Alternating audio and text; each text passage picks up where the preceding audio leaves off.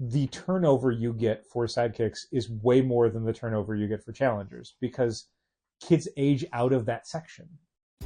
In the Midwest, you know the best is there waiting, so come and join the conversation. I still approve, fan and artist and creator too. What? This is how the challengers do. What? Keep the conversation moving along. Keep bringing comics, keep your local store strong. If it's hard, then it's a job for the challengers. What? Comics and conversation, y'all.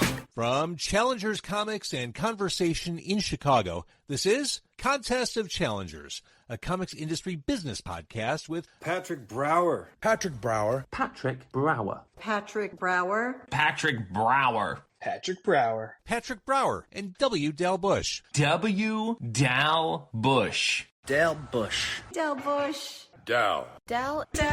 W. Dal Bush. Dal, I've decided that we're going to enact a 25% tariff on this very podcast. Oh, okay. But it's a quality tariff. How does that work? So moving forward, these podcasts are going to be delivering 25% more quality than previous episodes. Oh, well, they're not longer. Okay. And they're not costing you any more or any less if you're a patron. Cool. So it's just a higher quality tariff. I don't think that's how tariffs work, which means you may be eligible for a job in the current presidential administration. Okay, good, because I'm going to have AI chatbots decide what our quality increase is going to be. Hey, so let's jump into this real quick, because it's one of the few things that I think is worth talking about right now. We have some other topics that we'll probably get to later in the podcast, but very much at the top of my mind for the last week has been the current presidential administration's massive global tariffs that have been announced. It's hard to run any type of store and not be concerned about this topic. That's the big thing. My mom had talked to me over the weekend when this was still imminent but hadn't been announced and no one knew what percentage and what countries it would apply to. The answer was high and all of them. She had asked me if this is going to impact our business. And I said, yeah, absolutely. And she was a little surprised by that because she wasn't really clear how that would be the case. And I'd said, pretty much all single issue comic books are printed in Canada and almost every graphic novel is printed in China. Like, even then it was just those two countries, but now it's like, it doesn't matter where we get them from.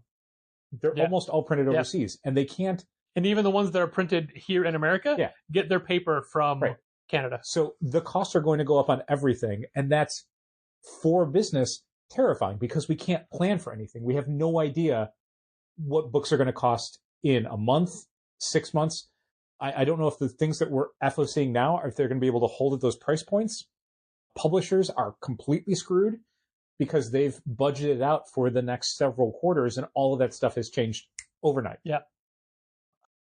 And that's not even counting everyone who shops at my store who may have their businesses affected, their industries affected, their jobs just affected. Their everyday purchases affected, and then their staples, their necessities. And then on top of that, there's just everything in America is going to cost more. So it's like, what level are you going to rank comics at? And even if you rank it high, you are going to be, like, your budget is going to be impacted. So that budget is going to have to be reduced from everything.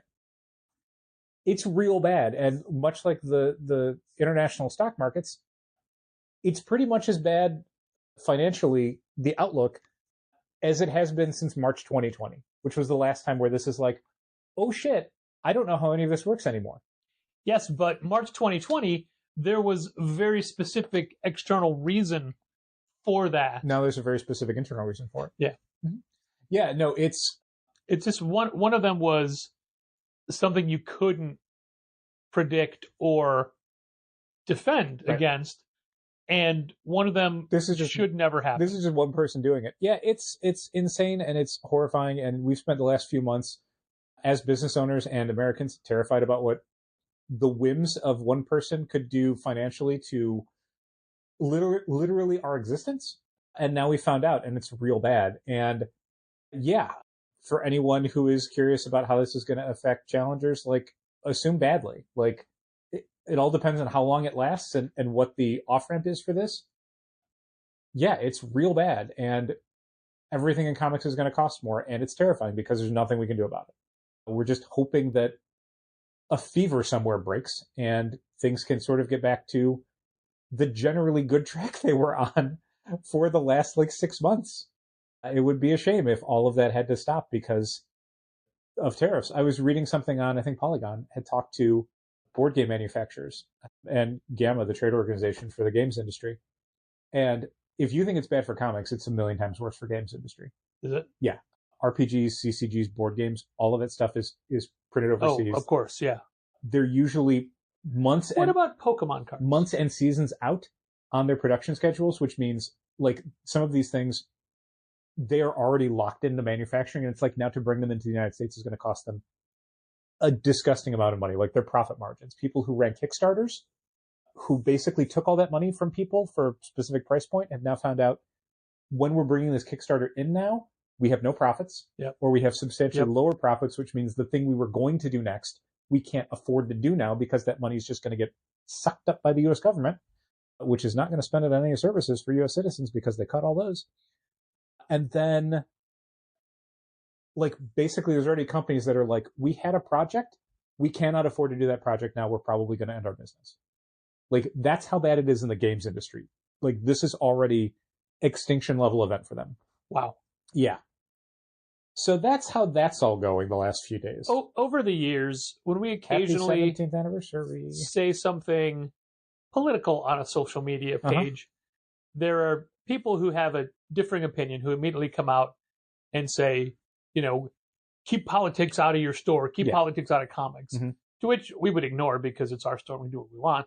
But this isn't even a political statement. No. I mean, this is happening for political reasons. But this is a realistic statement. This is a comics industry business podcast, and this is 100% affecting the comics retail business. Polygon has a quote from someone from Steve Jackson Games who talks about how, while nominally this is one of the purported reasons for these tariffs is to bring more manufacturing back to America, the representative from Steve Jackson Games, I don't know if it's Steve Jackson, but maybe somebody, said that is not feasible. Like, not just because it would cost more, but they've reached out to some of these facilities in the United States that could potentially do this, and like most of them can't, and the ones that can, they can't scale it enough. Like, the production facilities for a lot of these things cannot be made in America. They don't exist. And so it just means that this stuff just won't get made now. I mean, just look at all of the influx of foreign comic artists into Marvel Comics pages. Sure. I mean, you know, it's why can't these comic art pages be created in America? We were talking earlier about how one of the things about being a very powerful country is the ability to work with everybody else in the world to get the best stuff. Yeah. We don't make everything we make in America isn't the best stuff. You know, Right. When's the last time you bought all of your electronics from American manufacturers? Not often. And what are the major computer companies that produce computers in America? Not any of them I can think of. Even Apple, which is an American computer technological electronics company, does not make a lot of that stuff in the United States. Right. They don't. And I don't see what the problem is with making it other places, you know, unless you're using child labor type of situations and violating ethics agreements. But if you're finding better suited materials and better people in different countries, why not let them do it if we're selling the product in America and American companies make money? I'm not an economist, but I'm also not a politician. So to me, the way that you would normally do this is you would incentivize companies to produce things in America, not penalize everyone for not making things in America. Because incentivizing them means if they can't bring it over here and it's financially reasonable for them to do so, and there's a financial advantage to doing so, they will do it. This is usually why you do a lot of like tax breaks to companies to rehouse manufacturing into different communities. Like, states will give huge tax breaks to companies to say, build a factory here so you can employ people to make these things. But when you're just penalizing everyone, there are circumstances where you cannot bring that stuff back here. You cannot do these things in America, which is why for some of these things you spent 30 years doing them other places in the world. Again, one of the places that's getting left with tariffs due to trade imbalance are places that grow crops that we can't grow here and are not growing here. And if we don't do them, if we don't import them from other places, we just don't have them. And again, that's one of the benefits of being an incredibly rich, industrialized country, is that we are, as a society, as Americans, lucky enough to be wealthy enough to be able to import these things. And now even the wealthiest people won't be able to import some of this stuff. This is all bad all the way down in a way that is shockingly completely unable to find the bright side of. Like, there's literally no version of this where it's like, oh, that's the even alleged benefit. The alleged benefit is eventually this will be good for America. And it's like, that's so vague. That's way too vague.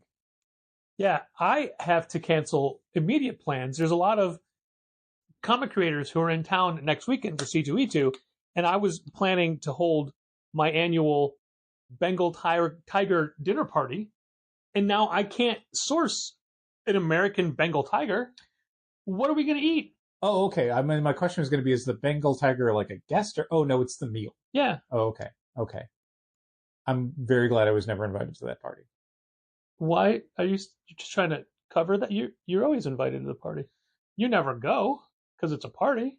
Yeah, I mean, invited. I have been protesting outside of it, but that was just protesting it because it was a party, not because I knew what was happening inside. Sure. Yeah. Now, also, I'll double up my protests. Also, I mean, I've every once in a while, I've had you over for dinner before, and I've cooked. You have. Never asked. Usually, exactly. So you think you haven't eaten Bengal tiger?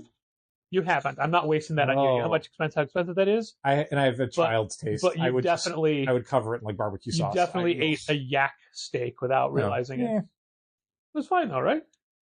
Well, let's just say it wasn't called a yak steak for no reason. Oh, well. What you do when you leave my kitchen is up to you. Comedy. And your toilet. We're doing comedy bits now. So anyway, that's what's going on with tariffs. They're all also, to be fair, most of this will even be true by the time this podcast episode goes out. When I started talking about Bengal tigers, I didn't do any research. I don't know if we raised Bengal tigers here in the United States. I have no idea. Cincinnati, probably. Yeah, I think so. Yeah. Sure. Or Detroit. Yeah, those are different tigers, I think. Well, but Bengal tigers, specifically Cincinnati. Okay. I did read some comic books this week, though. I did read a preview comic book, one I think you read a little while ago. Okay. Lost Fantasy #1. Oh, yeah. What'd you think? I really liked it. Right? I like Kurt Pyers. I liked Indigo Children a bunch. Did you read it from his new email today? Yeah. Okay. Not the 4 issues he sent us months ago? No, and I mean, like, the Dropbox folder had all 3 issues, but typical for me, I just want to read issue 1, and if I like it, I'll read the rest of them in print, and if I don't like it, I'm not going to read them anyway. Did the one you read have the Indigo Children backup? Mm-hmm. Yeah. Okay, mine did not. Okay, so yeah, follow that link then. Okay. I already deleted it. The backup is real weird. Yeah. Yeah. It's not just like, oh, we're picking up where we left off in the trade. Like, this is kind of a different thing. I like Lost Fantasy a lot. It is very much like a fantasy version of Something is Killing the Children. There is a lot of backstory they give you. You're following one kind of antisocial character who also is a bit of a loner, investigating a series of, like, basically a weird monster attack that happens. What's most interesting to me about it is, beyond being just a fantasy thing instead of a horror thing, which is neither of those is really my genre, but fantasy is maybe more interesting to me than horror, is that it's really kind of playing with the idea of a different way of looking at that outsider character. Usually it's a lot of like, they're just a grumpy antisocial prick. But this is like, no, we're putting them in places where, like, the way people view the world is different. And like, that's a fun way to look at a thing where fantasy creatures are colliding with, like, the real world of what is your version of reality and how does that work. To make that literal in the story is pretty cool. And also the artwork's real fun. Yep. I thought the first issue had a good balance of a nicely propulsive story, but then enough world building where I could sort of get what was going on. Yeah, and it didn't make you wait until the last page to get the concept of the book. They give you the premise right away. It's great. Yeah, they give you the premise right away. Yeah. I mean, there's kind of like a cold open sequence, and then they give you the premise, and then you're like, we're in the story now. This is great. Yep. Yeah, I thought it was a really solid first issue, and you get a lot for your dollar. And I reiterate that what I said when we talked about this a few months ago, or however long ago it was that we talked about it last time, that I did not talk favorably about the cover to you in the store. Mm-hmm. And so much so that I wanted to leave it off of our, hey, don't forget to order these books front register. Yeah, it display. wasn't a cover that would necessarily sway people. Yeah. It looked to me like a Mike Mignola Gollum story. Sort of.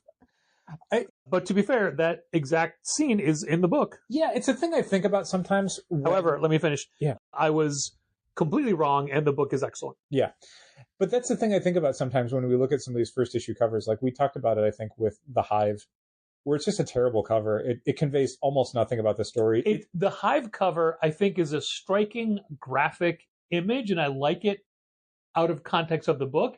It is just a hand holding a gun. The gun is pointing off the panel to the right, and it has just fired. Mm-hmm. But instead of ejecting a shell casing, it's ejecting a bee. Yeah. So that's a neat image. Terrible cover. Yeah, I mean, I think it's especially bad to me because there's a ton of negative space in it. And I think negative space has value. Like that was a very Jonathan Hickman design philosophy that kind of took over image covers for a long time. And I think thankfully we've gotten a little away from because it was making everything look a little homogenous and honestly a little boring. But doing that, like figuring out like what is an eye-catching cover that also conveys kind of what the book is, because for a lot of these books, image books, you may not know the creators. I'm a comic shop owner and I couldn't tell you where the artist had worked before. I'm sure he's done something, but I don't remember what. For Hive? No, for Lost Fantasy. Okay. But then it's a whole new property. Like what is something that's going to get someone to pick the book up? Like literally pick it up off the shelf. They're going to see a cover and they're like, what is this? Because there's only so many things that a store owner or a manager or an employee can hand sell. Can't hand sell everything. And not everyone's going to ask about every book. Right. So that getting that first issue cover to really work to land, to get its point across and also be like visually enticing is so difficult. And I mean, sometimes you can sort of see like, oh, I'd maybe do this a little differently. And sometimes it's just like, I don't know. I genuinely don't know with this premise, like what is going to tell people what this is in one image with no text on it. There's a book coming out next week called Vatican City. Mm-hmm. Mark Miller. It's a Mark Miller book, but I didn't even realize that because I didn't pay attention to it because it's a PRH book and you ordered it. Right. But when I'm doing the call outs for the website and the newsletter, we need a horizontal rectangle slash of the cover. And that cover is a very manga style piece of one character in the lower left looking up and one character like descending down on them. Yeah, like a vampire coming down, and their heads almost meet in the middle. And the sliver of horizontal art that I could take is just the two heads almost connecting. Sure. And even now when I look at it, knowing that I'm the person that cropped it, like, wait, what's happening? Yeah. And it's not an image that makes me want to pick up the book. Right.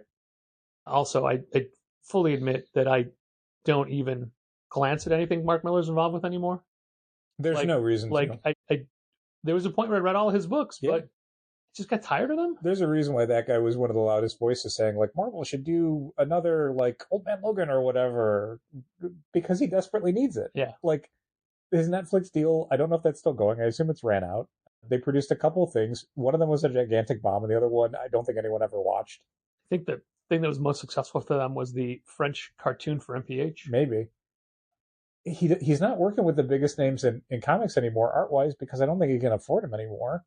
The sales on his books are... there are several Dark Horse books that outsell his stuff at Dark Horse, which would never have been the case 5 years ago. That's a guy who desperately needs a Civil War Old Man Logan style hit right now to make people pay attention to his creator-owned stuff. Because his creator-owned stuff, I think, is... I mean, it's... Some of it we weren't even carrying for the shelf, or I don't think we had any pre-orders for them. Like, I think Nightclub 2... I mean, I think we maybe had 2 or 3 copies sold altogether, maybe, if that. Yeah, it is definitely... That's bad. I mean, a lot of his stuff now has creators or artists you haven't heard of. Correct. And I don't know. We're a million miles away from the, like, Raphael Albuquerque, Steve McNiven, John Cassaday, Frank Whiteley level of artists. Sure. A long way away. I do think Raphael Albuquerque is doing Huck too. Okay. Yeah, I think so. That must have been done a while ago then, because he's also doing Superman Unlimited. Yeah, that's fair. Well, it is as you- unlimited, right? It's Superman Unlimited? I think so. Because it's the same as Justice League. Okay. However, he was supposed to be the artist on Absolute Superman. That's what you told me. Yeah. And then something else, but geological catastrophes in his home area prevented him from being able to do a lot of work for a while, which is happening a lot more on the planet. It's true. As time goes by. I wanted to start this. Actually, I had a point we were going to start with, but we foolishly went in different directions. So we did. And we had, so basically this stems out of ThingsFromAnotherWorld, the .com. .com, yeah, the website, the subscription service, the online storefront, not the 3 physical locations. Yeah, which were basically dark horse stores for a long time. Yeah. I visited one in a mall somewhere. I want to say California. Yeah. To be California. Who's the owner of Mike Richardson? I think had owned them in like the 1980s, and they eventually, I don't know if he still owned them or whatever, but they were kind of like the dark horse retail stores for a minute. Yeah, I remember they would have like a full-size Predator. Sure. But anyway, their online storefront announced that it's closing down end of April or so, and obviously, when any comics providing service goes down, it's a detriment to the industry. Sure. But weirdly for us, we've had several of their customers reach out to challengers about starting subscriptions with us. And one of the questions we were asked by one of them was, what kind of discount do you give for pre-orders? Right. And which is a fair question. Sure. But we've talked about this a lot recently because we now no longer do a discount. And we did discounts for a very long time, but also always had internal discussions about it. And in today's comic book retail landscape, when it is so expensive to just run a store and provide a subscription service, and to provide the subscription service, that it came up on a retailer forum recently, somebody asking, what discount do you give to subscribers? Sure. And out of like 50 responses, there was one, we give a discount. Everybody else was like 0, 0, 0, 0, 0. And I chimed in and said 0 because the ability to pre-order your books, the ability to have access to a 24-hour management system where you can look and order and add things whenever you want. Yeah, when you can see all the covers for the variant covers that are coming up and read solicitations. Well, most of the variant covers. And not only like subscribe to something, but pre-order individual things. Yeah. Like that's all stuff that you could not do 20 years ago. I mean, you couldn't do that 15 years ago. And the amount of work it takes to handle a subscription service now, because of all the different options, because of pre-orders versus subscriptions, because of variant covers, because of multiple distribution channels, it's so much more work that the idea of then giving money away on top of it is basically you saying, oh, you don't want to be in business for long. And I can't help but, and I don't know anything about why Things from the World is closing, but part of me just wants us. Here's one of the reasons. Yeah. I don't know if this is, I don't think this is confirmed, but one of the reasons why people think it might be, years ago, Dark Horse was bought by a holding group called Embracer. Yeah. Embracer was gobbling up a whole lot of different companies because they were angling towards a multi-billion-dollar deal with the Saudi investment group. Which they did not get. Which means that in the past couple of years, they have been drastically cutting costs as much as they can, either spinning off companies that they can no longer afford, closing studios that didn't have a reason to exist, or basically cutting costs wherever they can at companies they were retaining. So the assumption is TFAW.com was something that someone looked at a line item and said, this can go. Yeah, and if that's the case, then that wasn't pulling its weight. Right.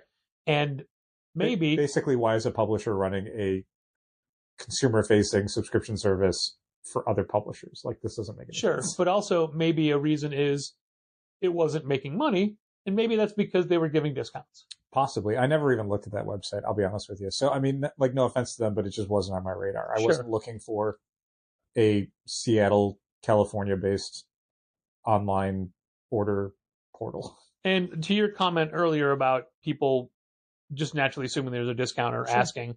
And I get it because the industry had that for so long. Some places do offer it. But I get it is such a different world now that to be able, because I think a lot of it comes down to the fact that the general consumer doesn't know how much work or money is put into this. Sure. So they just know that they have the option of getting books, and everybody gave discounts. And even just beyond that, I don't think, and reasonably so, I don't think anybody who doesn't work in an industry has any idea what its financials look like. Sure. Like they have no idea what profit margins are, and what, like I couldn't say that about another store in Chicago, let alone an industry I don't even work in. I have no idea.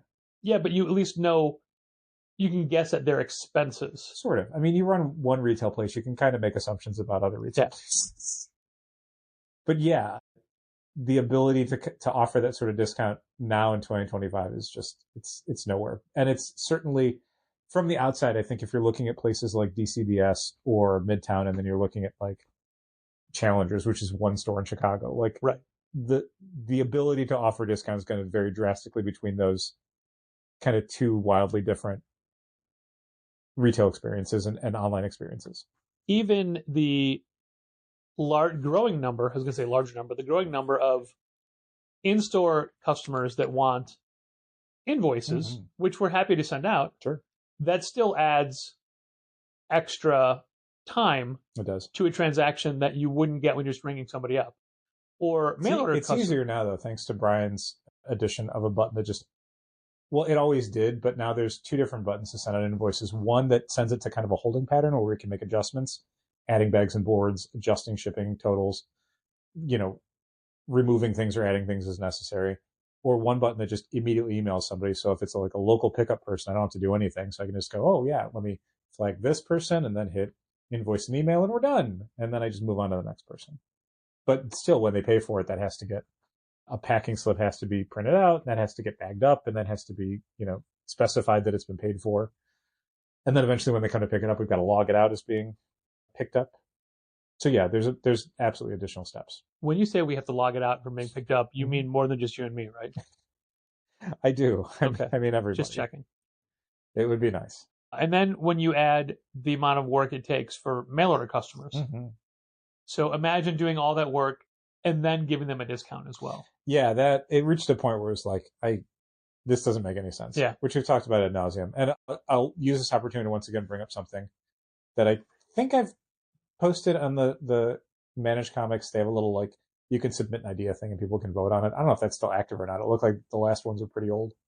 But basically for customers to have a little button on their Managed Comics page when you look at pulled items, a little button that says like invoice me. And that just sends us an email that says so-and-so wants to be invoiced. Doesn't say anything else. Yep. And then we go in and we go to that person's page and we invoice and we do everything. That way they don't have to email us and say, please invoice me. Sure. A way that they can automate that where more people can just look at that and go, oh yeah, now I want my stuff shipped out, because although on our end, it's the same thing because we get an email that says, send them an invoice. Right. But as opposed to them sending us an email saying, send me an invoice. I just know as a customer, it would be something where if I saw that and it could just go, yep, ship it out. Yeah. I would do that a lot more often than if I had to think like, do I need to call them? Do I need to email? What do I say in the email? Like, and that's just a barrier where people don't want to do it. But again, you have Managed Comics and you have this ability to deal with this 24/7, to then have to go outside of that to say, now I would like an invoice. It just, I feel like it's a step that people don't take when they would if it was just clearly there on the page. To any Challengers subscribers who are listening to this, who ever want to send an email asking for an invoice, here is all I require in the body of that invoice. Or not even in the body, in the message line. Invoice, please. Well, also, if your email doesn't have it in there, please give me your first and last name. Yeah, that's fair. There's been a few times where people have given us emails about changes to their subscriptions or requests for an invoice, and it's like, your email address doesn't include your name in it, and you didn't sign it with anything. So now I got to dig around and find out what email address this links to. That's fair. In the system. So just say like, hey, this is Alex Power.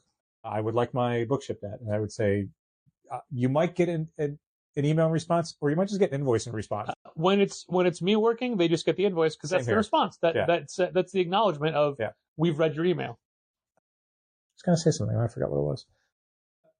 What I was going to say was that while Managed Comics gives customers the option of setting the frequency for which they get their invoices. Well, to 3 choices. Right. I was going to say like weekly, biweekly, and monthly. Biweekly meaning every 2 weeks.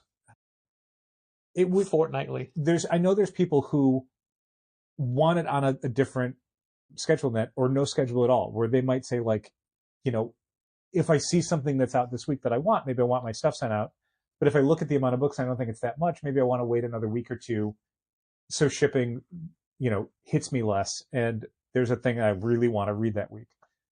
So the ability to just specify that you want an invoice, I think would work for a lot of people that don't necessarily want their books every 2 weeks, but they might want them 2 weeks for a month and then 3 weeks after that, What if there was a dollar amount component? Like it could trigger an invoice when their subscriptions reach like $50 or $100. Yeah. So I think that's a possibility. I wouldn't necessarily want to use that a lot because I think that gets into, people not knowing when they're going to get invoiced or whatever. Okay. Like I want it to be something where people have the same control over when they get invoiced as they would adding and dropping books from their list. Sure. I would just think that setting it by dollar amount is better for budgeting. Maybe. And because it's for subscriptions, not like web orders, you don't have to worry about, unless like you subscribe to a omnibus or something. Sure. Which could be a problem. Yeah, and I think anything that would be based on dollar amount would still have to be a thing where they wouldn't automatically get invoiced because, again, we would maybe want to make adjustments to that. Yeah. So it would be like, I think coding-wise, maybe it would be too much of an ask because it's like you'd need to trigger at a certain dollar amount and then create the invoice, but then notify us that an invoice has been created so that we need to go in and make any changes and then send the invoice out to the person. So I'd rather just keep it to like, you can get it on a regular basis where we just send that out automatically, or you can say, invoice me now. Also, Brian, you don't need to respond to this. This is just us spitballing ideas out loud and not coming down on the side of wanting to do that thing. I mean, Dow's thing, yes. Yeah, absolutely. My thing. Do my thing. Do my thing. It's now time to thank our Patreon supporters, including our annual patrons, Usi Arun Singh, Becca Hilburn and Joseph Coco, Brent Helt, Dow's mom Diane Bush, President of the Brian Garside Fan Club, Django Borin, Jose and Genevieve Villagomez, Josh Crowley of Westfield Comics, our bestest wrestling watching pal, Michael Lee, Michael Romanenko, Severio the Cat, our patrons who have created their own tier, Andrew, Drew Troy Aaliyah, Chris Burton, Claudine Neville, our other generous patrons from the Say My Name pledge level, Ben-Hur Benedict Calaguas, Managed Comics Own, Brian Garside, Christopher Haith of Crooked Dog Comics, Drew Triner and Ashley Edwards, Gareth from Monkey Rocks Comics,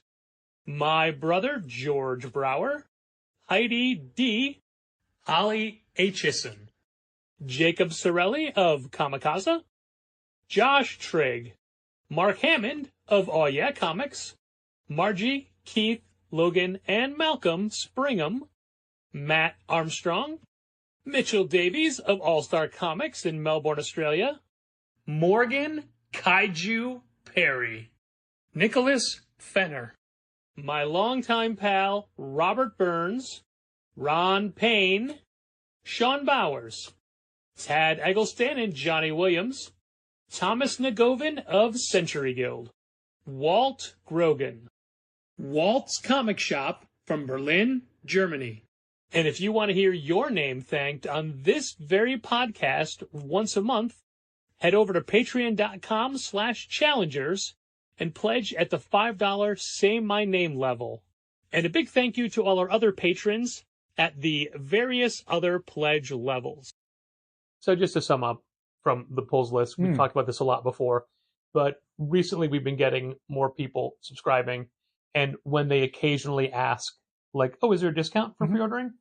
I never just want to say, oh, no, there isn't. I want to explain why there's not, but there's no, I mean, yes, but no, like someone who just asks in the store doesn't want my overwrought, overwrought, well, we feel like you're getting a better value, blah, blah, blah. Or, you know how much it costs to have a subscription fulfillment system and blah, blah, blah. I don't know. I think it's fine to reframe it in something that flatters the store a little bit more, to say like, no, but Look how sexy the store is. Yeah, you are getting other things. Like, I think that's fair. I just need to I find. would rather do that than just say like, no, because then it's like that. Well, I wouldn't say it. I don't know. That's generally be like, oh no, I'm sorry, there's no discount. But I also need to not personally come up with a way that sounds conversational and not judging them for asking and not being angry that the concept exists. Some of it is just, just communication skills. So it's not the I have those. It's not the substance of what you're saying. It's how you're saying it. So yeah, if someone says, "Oh, do you offer a discount?" I'd say, "We don't, but we do have this full suite of online subscription management tools, which means 24 hours a day, 7 days a week. You can go in and make changes to your list and see all the upcoming books that are coming out, which gives you a degree of control over your subscriptions that we think is a good value." That's it. Was zero practice. That was me just saying the thing, but hopefully in a way where it's not overloading you with stuff, and it's also not being combative about it. It's just, no, but we do this other thing that you might not be aware of. You lost me at Sweet. Sweet. I started thinking of the band Sweet. Oh, okay. They're actually still touring. Are they really? Yeah. The original? Also, I mean, no band from that time period is the original. Okay. But there's at least one or two members. That's cool. It's funny that Foreigner is still touring with no original members, but their replacement singer, Kelly Hansen, who I knew as the lead singer from Hurricane when I was in college, and I loved the band Hurricane, their two albums, Over the Edge and the other one. Can't remember the name of the second one. So close. I love that band, but that singer went on to replace Lou Gramm and Foreigner. Mm-hmm. And how long ago? A very long time ago. Okay. However, Lou Gramm, who had retired from touring, Kelly Hansen is unavailable to do some out-of-country tour dates they have this year. Okay. For travel issues. Sure. So Lou Gramm is helping out at those shows. He's not doing all of this, like they got somebody else, but he will be singing like the original singer is the replacement for the replacement singer. Yes. Perfect. Yeah. Right? I love it. Lou Gramm always hated Kelly Hansen because he claims that Kelly Hansen not only stole his sound but his inflection and didn't try to make it his wife. own. What? Yeah, right. I got to see Lou Gramm out in Aurora at that Riverfront Stadium with Dee Snider and Sebastian Bach and like a whole oh wow, like different, like a dude from Megadeth and a dude from Rat. Wow, this is like Monsters of Hair Metal. Yeah, yeah. But a weird little we'll do 2 Twisted Sister songs and 2 Skid Row songs and then 2 Foreigner songs and we all jam on other stuff. That sounds like a good amount for each of these bands. I'll be honest. That is a real state fair kind of lineup, though. That's good. Yeah, it's definitely it felt like a state fair kind of situation. That's cool. I like also state that fairs. venue is a very state fair kind of venue. Yeah, I Right. mean, anytime you get into like suburbs and rural parts of the state, yeah. I lived in Aurora. It doesn't feel much like a big city, even though it is. I think it's a big city, the second largest city in Illinois. Yeah, memory serves. Is that by population or by sheer geography? Probably both, actually. Aurora is very large. Yeah. But I think primarily it's East population. Aurora or North Aurora or whatever. I think it's just Aurora proper. But I mean, do those other ones count? Or is I don't like think they're North counted Aurora in either of the totals. an actual separate city? This is really boring for it might be an East Aurora. for comics. No, wait, that's comics Naperville. Business. You know, Naperville is voted like the best city in America or something. I can't see why. Me neither. I worked there. I used to work there. It was not that great. I would say it's Trenton, New Jersey. I would definitely not say that. No? No. If anyone's listening to Trenton, you know why. Oh, geez. One bit of good news for this podcast, because we don't do enough of those. We got all of our boxes this week. I like how what should be the baseline is now good news. It's the good news, man. I'm happy for it. I was not happy it came in on Tuesday, but I was happy that everything came in on Tuesday. We're back to being a week behind on Diamond again. Yep. And we have found out this week that there have been several major all ages releases that we ordered through Diamond that we just haven't gotten. One came out this week. One came out like 2 months ago. Yeah, basically Diamond hasn't maybe been paying its bills to its different vendors, which but means we're assuming. We don't know. Yeah, for sure. I don't know anything. But basically, It seems likely, though. This first started happening late last year when we suddenly realized we weren't getting like yen press stuff for a while, and it was like, why aren't we? These have been coming out. And then it trickled out that like, oh, because this is pre-Diamond bankruptcy, because Diamond had been in arrears to Hachette, Yen Press's distributor, for a while. And so basically Hachette cut Diamond off. So Diamond was taking orders for Yen Press stuff that it was not able to fulfill, with the thought that like someday they'll be able to fill it. And that's probably what's happening with stuff like Scholastic, where they're behind in payments to Scholastic, and Scholastic said, fine, no new product until we get our money. And maybe they're paying that down, and maybe they'll eventually get those books. They probably will. But in the meantime, it just means that we don't get them, and we get no notification. This isn't like Diamond telling retailers, hey, by the way, the Cartoonist Club is coming out this week, but we don't have it for you yet. You just realize when you see it in Target, hey, this thing came out. And then you look and you see, oh, we did order it from Diamond. They just haven't shipped it out. It's not on next week's invoice. I just want to point out that I knew about it before Target. You did, but I was using this as an example because it was in Target. Like we just, there it is. Yes. That's the shelf. That's the book. Maybe we should buy it at Target's terrible discount and just resell it at cover price in the store because we can't get it any other way, which we had decided not to do. And also books from First Second. Yeah, the new Investigators, Agents of Suit. Yeah. Yeah, it's a real bummer. And I mean, one of the problems with that is that when we find out that this is happening, it's like, well, we can't FOC these things from Diamond. So if we do source them someplace else that we know has them right now, Ingram, what happens if these do fill from Diamond in like 2, 3, 6 weeks? And then suddenly we have too many. Like, they're not going to be returnable. Nope. So it's just, you just eat it. You eat too many copies. So we're waiting right now to see if these are going to start to come in from Diamond, but there will be a level at which we just bite the bullet and order them from someplace else to have them at all. I am anticipating families start asking this weekend. And that's usually what triggers it. I think it's what triggered it with Yen Investigators, Press. for sure, for me. What triggers it with Yen Press was enough people were asking for stuff, and it's like, well, shit, now we have to order these. Like, we can't just keep telling people, I don't know when they're coming out from us because they've come out other places. So yeah, if people start asking about Cartoonist Club and Investigators, we'll probably just order some copies from, not a ton, but some copies from Ingram just so we can have it for the shelf. And then hope that our remaining pre-ordered copies come in from Diamond at some point. It's a bummer, but everything that we did order that was shipped out arrived to us by Wednesday, which was great this week. And it wasn't a massive pile of damages. Well, from Diamond it was, but those had come in the previous Thursday, and those were, a whole bunch of those were damaged. But then this coming week's books that we got from Diamond on Wednesday, only a few of those were horribly damaged. So hopefully nothing that should impact most of our subscribers, if any at all. Last week's Ingram order was a much higher damage level. Yeah. The way it kind of works now. They're so good at that. Well, because they usually shrink wrap it to a... Do they not? They do. Actually, I don't know. But I like that the system we have now is if Molly unpacks a box and has damages, so like she and Gina are as strict as possible as far as damages. They really are. And then I will go over and say, this is sellable, this is sellable, this is sellable, just because of the delay in getting replacements, the hassle of getting replacements, the potential for not getting replacements. Yeah. And look, I mean, I think we've mentioned this before, but it bears repeating. If you're a subscriber and you get a book and you think it's not the quality you want, let us know. Yeah. I mean, we'll do what we can on it. Yeah, doing what we can is the key, because there have been a lot of different Mark Spears related books recently that from Keenspot that we know will never get replacements filled. Yep. So it's like, hey, this is damaged. A Mark Spears Keenspot book replaced from Diamond when it's been damaged. Never. And also, those seem to have a weirdly higher frequency of damages.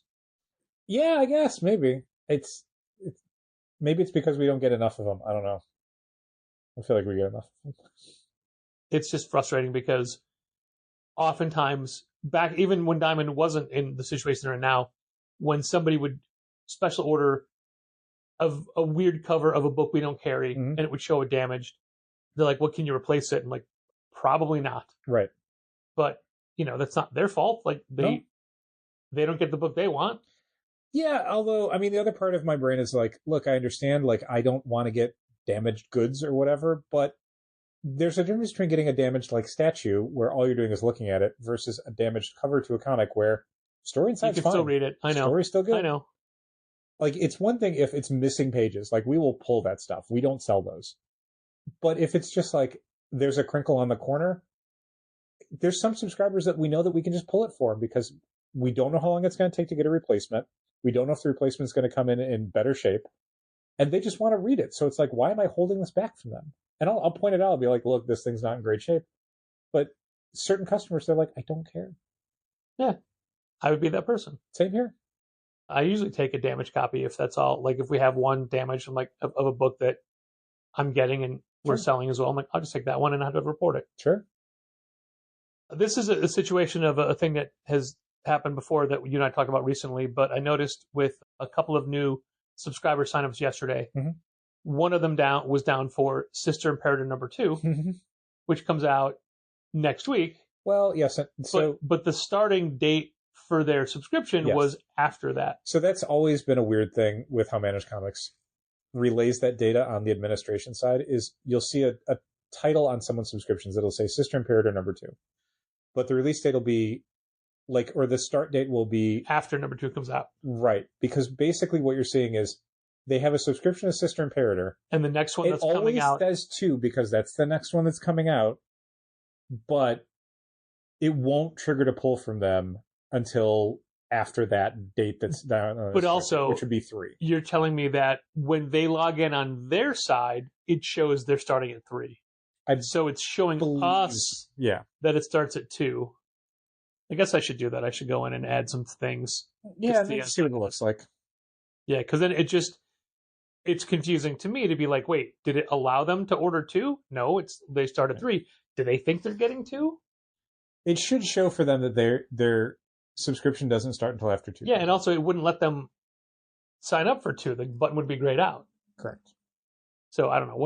When I see like a new club member who's just down for Sister Imperator, and then #2, right? I get it. I understand it, but each time it still does confuse me just a little bit. Takes me back just a little bit. To be like, sis, what is this? Sometimes I will literally go in and delete their subscription and add it on the back end so I know it'll start with 2. Right. But I don't want to have to ask each person when that happens. Sure. And I'll mention this for anyone who's looking to start an online subscription with us for either in-store or mail order. If you are in a position like tfaw.com where order dates have closed on stuff, but you don't think your pre-orders are going to fill from them or your subscriptions are going to fill from them and you want to get them through us, Managed Comics thankfully has a barrier in place to keep people from ordering stuff that we can't necessarily order anymore so that we can make sure that the covers and the series that you're signing up for we're actually getting. You can always shoot us an email if you need stuff on a faster basis than that. If you need stuff for, you want to start a subscription, but your books won't start until 5 weeks from now, but you need stuff in the intervening 5 weeks, shoot us an email. We'll do what we can. Yeah, it's especially easier for us to do it if it's, let's say, Batman, and you just want the A cover. But if you're asking for specific variant covers, then our ability is not as easy. Depending on the publisher, we can try and put them in, and we'll see what happens, and we'll kind of put them down provisionally on your account. But yeah, we'll do what we can. We're happy to try and work that stuff out, even though, the automated tool on the website side is doing what it's supposed to do, which is keeping people from ordering stuff that we may or may not be getting. Yeah. But yeah, we're happy to work it out with people. It is kind of gratifying to see so many new orders coming in from all different parts of the country. Mm-hmm. I'm glad people are finding some stuff that we've got that's maybe been sitting around for a little while. Yeah. It's neat. I want them to find good homes. Speaking of finding things that we've got, we have spent some serious time in the last week redoing Sidekicks. Yes. From both a shelving unit standpoint, which we're not done, there's more to do, and not a layout. The layout's the same. It's just merchandising. There you go. The books are in different places. Yeah. Thanks so much to the people who have purchased shelf sponsorships because you allowed us to upgrade some of the fixtures in Sidekicks. We've been wanting to do it for a while. And quite a while. a few people who recently purchased shelf sponsorships pushed that fund up over the tipping point. We were able to go get some stuff. Patrick did an amazing job on a late night Saturday night. Thanks, buddy. Putting together all of the new shelving that's against the far wall. You'll see it as soon as you walk into Sidekicks. I immediately regretted doing it myself. Yes. And an hour into it, I'm like, you're welcome. Oh no. Oh no. I'm only a quarter of the way done. I've been in some of those construction situations or merchandising situations where you reach a point where it's like, I can't stop now. Like, this is in such disarray that I have to finish it now because it is not something I can just put down and walk away from. See, I was actually in the opposite. I had convinced myself that, you know what? If you need to stop now, you can just leave everything where it is. You just have to get back here by like 9 o'clock. 2 hours before the store opens. Tomorrow morning to finish this up. And once I gave myself permission to quit, I didn't quit. You immediately resented yourself. No, said, how dare you? It's like, once I knew that I how could. How dare you, Patrick? Like, oh, tell me to quit. The giant weight of like, you have to get this done tonight. When that was dissipated, then it was like, all right, I can do this. Mm-hmm. I mean, it was still physically more work than I wanted it to be. But I mean, I knew, and look, the way I build these shelves is something that it's how the back issue tables were built. Actually, the back issue tables were built and then a few weeks later disassembled and rebuilt, shifting the middle section over. But because we don't just use the shelves out of the box, I want to reinforce every shelf with corner brackets underneath, 4 brackets per shelf, and each shelf is basically a foot square. It is screwing in hundreds of brackets into these shelves. So many brackets. And even though I have a system for those, it's still one person doing it all, and there's setup and takedown for each of those situations. Right. And it's been well honed over the years, and in fact, I had forgotten a component that immediately came back to me. I'm like, wait, this is more difficult than I remember. Oh, right, you have to tape them down. Yeah. And then once you start taping the brackets down, they stay in place so you can screw them in better. Nice. This sometimes the harder part is taking the tape off, which to get around that, you bend over a little tab for each one. Way too much time involved. Yeah. Way too much time for that. But, and it's still, in doing it, I realized several more things I want to do to that area, which would necessitate taking all the books off those shelves and moving those shelves, because we still have to super cool. Put something on the bottom, and then I have some grid wall changes to make as well. Sure. But all of that can be done at a later date. All this is because I want it done before Free Comic Book Day. Yeah, that makes sense. And there's still 4 units I need to get done. But I've also learned my limitations and will do 2 at a time. Smart. Not 4 at once. Nope. Even though it means extra setup and tear down for my workstation. Yeah. And making sure all my tools are charged ahead of time. Yeah. Which they already were. They were, so it's fine. That's great. Yeah, I'm happy with how it came out, but you did a great job in remerchandising and grouping things in a hopefully more obvious way. I didn't even think of it necessarily as an improvement so much as I think it was time to maybe shift some stuff around. It definitely was time. I've been wanting to do it for a little while, but then I'm like, I should wait until Patrick does his thing because then I can do them, like both of them kind of at the same time. Yeah, I started off reorganizing the books that are on those new shelves and then spacing them out, and then also then switching around kind of the books that are on display around the store, the face-out books. We kind of moved away from doing series of stuff because I think eventually it could look a little sloppy. We'd have these piles of kind of fanned-out books, which means you couldn't see the whole covers. So anything that's a series is now kind of on those middle bookshelves. You know, like a Dogman or a Barb the Berserker or exactly, or Pizza and Taco or whatever. And then the stuff that's kind of on the wall, face out, is just going to be single volumes, first volumes, that kind of stuff. And if you go in, hopefully it'll feel kind of intuitive what books are in which section. We didn't make any signs because I don't think we've got, like, some of it's just vibes. Yeah. To say it a simple way.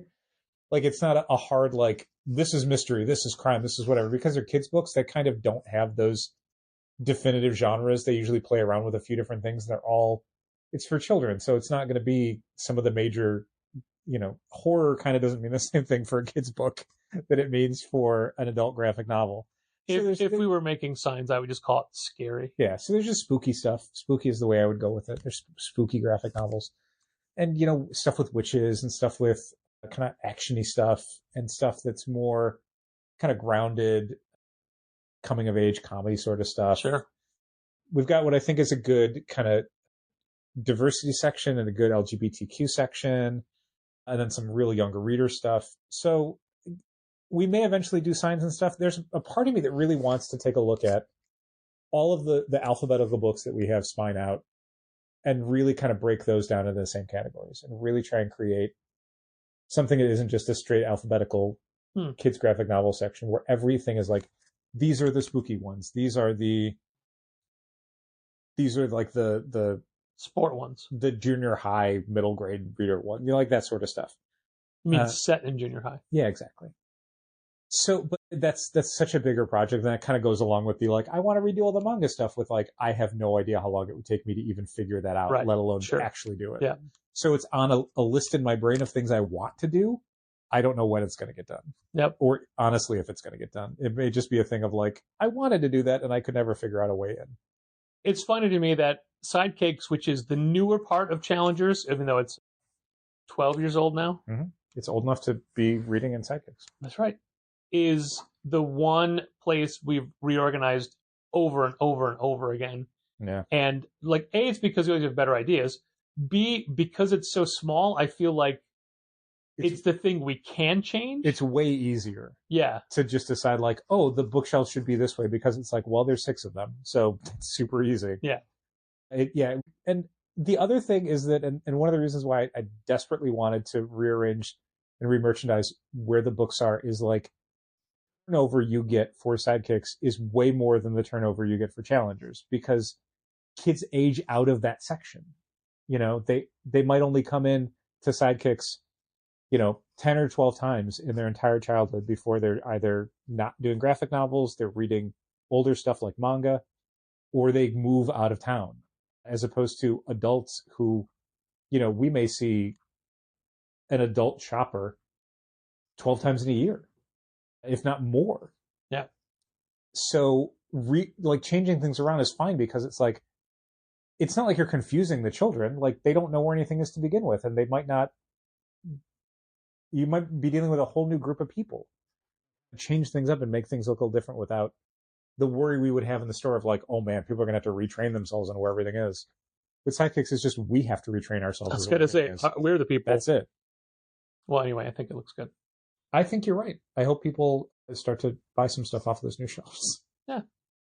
Did you find what I'm calling the one book of shame when you were redoing the shelves? Did I? It's the only book that can't fit. I moved it. Yeah. I moved it. I could fit it at one point, but the problem is it won't fit under over the bottom part of the bookend. That makes it a little too tall. Over the bottom part. Oh, I see what you're saying. Like the I see. Yeah, if the bookend is under it, it doesn't fit. Yeah, the fraction of a millimeter that it adds to the height of the book means it doesn't fit. And because of how, I mean, to be fair, it's probably a millimeter. It's not even a millimeter. Yeah. The foot of a bookend, it's probably like a fraction of a millimeter. It's so thin, but it's just thick enough to push that one book. So I took that other book and I put it like sideways on like the bottom left corner of the larger 16 cube display. But wait, you said you put it sideways. Like face down. Yeah, that's what I did. No, you did, and then I had it up, and it was too tall. Well, it was fine if you didn't have the book. Yeah. And then I'm like, I don't want it face down on like the nice new bookshelves. So I just moved it to a different bookshelf where hopefully no one will see it. Oh, okay. So it's out of the way. It's funny that you don't want to put it there, where that's kind of where some of our books go to die. Yeah, which I'm okay with. Yeah. It's a book that at this point we've had it for years and it doesn't fit anywhere. Yeah. And in my brain, I'm just like, this is getting donated. I don't care anymore. Whatever money we had. There were so many books that I had to like 10 will this years. fit? Yes. Will this fit? Yes. Will this fit? You fucker. Yeah. And those are like that's 13 inches high. Yeah. Is how big the interior of that is. If your book is over 13 inches high, get out of here. Get out of here with that. I guess I'll get out of here. Thanks for listening. And keep reading comics. This has been Contest of Challengers. Thanks for listening. Keep reading comics. Challengers is located at 1845 Northwestern Avenue in the Bucktown neighborhood of Chicago. 773-278-0155. Keep up to date with new releases and events at challengerscomics.com. And help fund this podcast at patreon.com/challengers.